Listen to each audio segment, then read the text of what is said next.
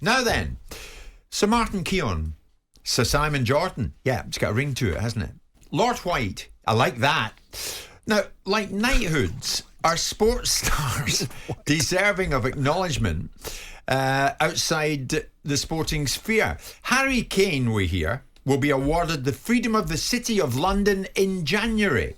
Harry's from Walthamstow in East London, and he's set to receive the gong at a special ceremony because of his, quote, outstanding sporting achievements. What do you think, Simon? Thumbs up for it? A degree of ambivalence.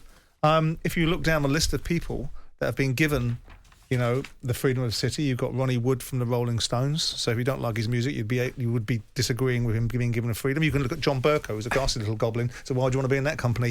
Or you can look at the Fonz. The Fonz was given. Henry Winkler was given it. So it depends upon your point of view. I'm really not in the camp. I think we've lost the context of what gongs and awards were given for. And I really find them quite perplexing that they give them to people in the confines of their career still being current. I think it's ludicrous. I do think it's ludicrous to watch people introduce Sir Andy Murray onto a tennis court. I do think that's silly. And I think we've lost the value of what we're awarding these things for. Is he not just introduced as Scotland's Andy Murray? No, I don't think they introduced him as Scotland's Andy Murray. No, of course not. Of course, only when he's losing, and then when he's winning, he's United Kingdom's Andy Murray. Okay. So are you having it or not having it? Harry getting the freedom of the City of London? I'm ambivalent towards it. Right, you're neither here nor there about it. Lord Keown, it's not keeping me awake. This is for outstanding sporting achievement. Yeah, well, I don't think you can argue with that, and I don't think you can argue with the way that he's carried. Anything? No, I think he's been. I think you look at his achievements for England. I don't think we're looking at his club achievements, and I don't think you are anyway in any of these knighthoods or honours that you get. His club achievements not bad. I mean, third highest Premier League goal scorer of all time, 193. But I don't see a list of trophies. But nonetheless, what I do see from an England point of view, that the semi-final, final, Golden Boot, the last World Cup. I think he's represented his country magnificently well. So so who am I to question him being given that honour? I don't think he doesn't deserve. I think he does deserve it. As a perfect. I'm not sure model. what it really means, freedom of the city, but I think it's the honour, isn't it? Well, I think it means you can drive your livestock across London Bridge anytime you fancy, but I don't know if Harry will be up for doing that. The City of London Corporation policy says we're delighted that Harry will be awarded the freedom of the city. It's richly deserved. Harry's a superstar.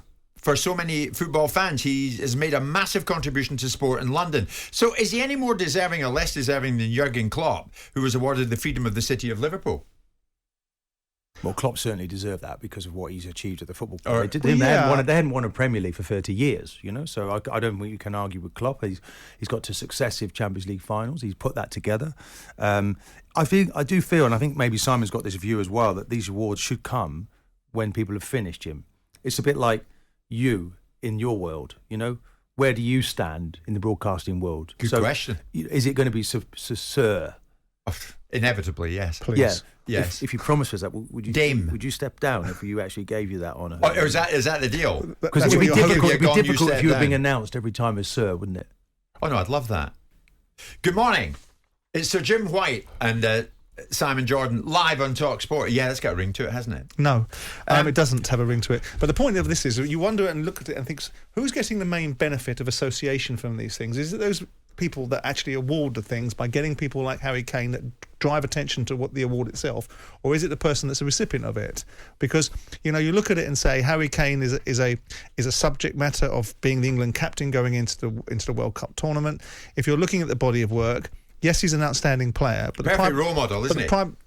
Well, it depends what you think role models are, and depends what you think they should be, and depends if people want footballers to be role model. If I'm a businessman, I'm not looking at Harry Kane as a role model, am I? If I'm a young footballer that's 12 years of age and looking at footballers, I think he might well be someone I want to emulate. He's a role model in that 193 goals for Tottenham in the Premier League, no red cards, not one. No, it's a timely recognition of what he's achieved in the game, Jim.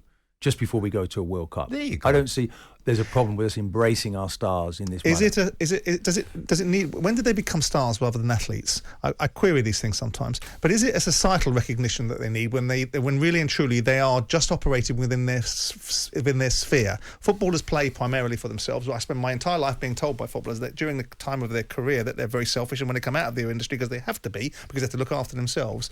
Do we look at societal awards and say, well, sports people are particularly deserving of them? I'm not suggesting that they're not. I'm playing devil's advocate.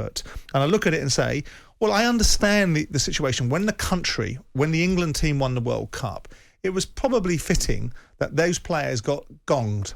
They didn't. 66? Well, a lot of them did over a period of time. 1990. Because I think society's expectation of what a gong represented has changed and changed and changed and changed and changed and changed and changed and changed. So now they're handing out like confetti, so they even have less value than they once did before.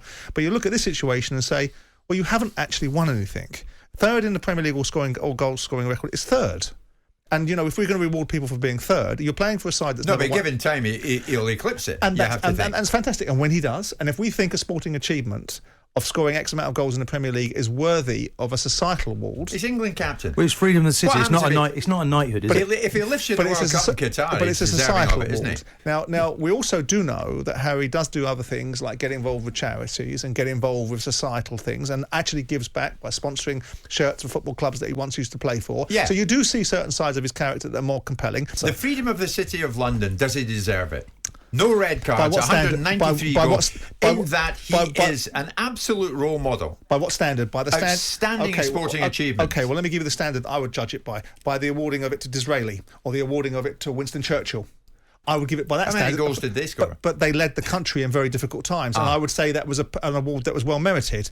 Now we've diluted the award of merit and the meritocracy of what we give awards for, and so by today's standards, which are very low and very nominal, yes, of course. And in fact, he should be given, a peership on the basis of a. You are just seething. You hadn't had a sniff of an OBE. Who is Simon though to be so righteous and virtuous about who is to be given that? Bestowed that particular honour. Let's be fair. Okay. Let's be fair. Because what's righteous and virtuous about that? Well, I think if you think about the bums on seats he's done, the people who come to watch him play, some people just turn up to watch Harry Kane. Great point. Do they? Yeah, they do. The people of the City of London go to watch him and they cherish him as a player. And I think it's a chance to embrace that. And so what about the Chelsea fans? I think he's conducted himself quite. What about the England fans? I think and he's not asking for this award, Simon. He hasn't actually put his hand and said, give me that, please. Yep. He's just basically. But what's righteous and virtuous about saying the standards of these awards were once given to prime ministers that took us through war times, and now we're giving it to footballers? Well, I wouldn't want to sit. The City of London. Yes. All right. I wouldn't want to sit in judgment. But the same standard, panels. we give it to John Bercow. So what do you? I mean, would you want to be in that crowd? I wouldn't necessarily. As Mark says, Harry didn't ask for it, but he's getting it. But you brought the bloody subject up. Well, let's ask the people who really matter. The listeners to this show, does Harry deserve it? The freedom of the City of London. I think he's been given it because, as the organisers say, the City of London cooperation policy, it's richly deserved. Harry's a superstar for so many football fans and has made a massive contribution to sport and London. And does Harry deserve it? Should Jim White get an honorary? What about if he'd Thank you, Martin, for this campaign. What about if he'd gone to Man City last year? Would he have still got the freedom of London then? Let us know. 81089. Does Harry deserve it? I would say yes. He is a perfect role model. Absolutely. And Martin, on that, Phil, good morning. Jim, you should be knighted just for the fact you did that brilliant Joey Barton French impersonation on Sky Sports News. Do you remember that when Barton went into speaking French, or he thought he was, but he wasn't? No, I didn't. I hit a huge diagonal ball to the left. No, Joey, hang down. Taking linguistic lessons from Steve McClaren, hadn't he? Exactly, he sure did. Harry, the freedom of the City of London, deserving or not? Give us a shout. Jim White and Simon Jordan.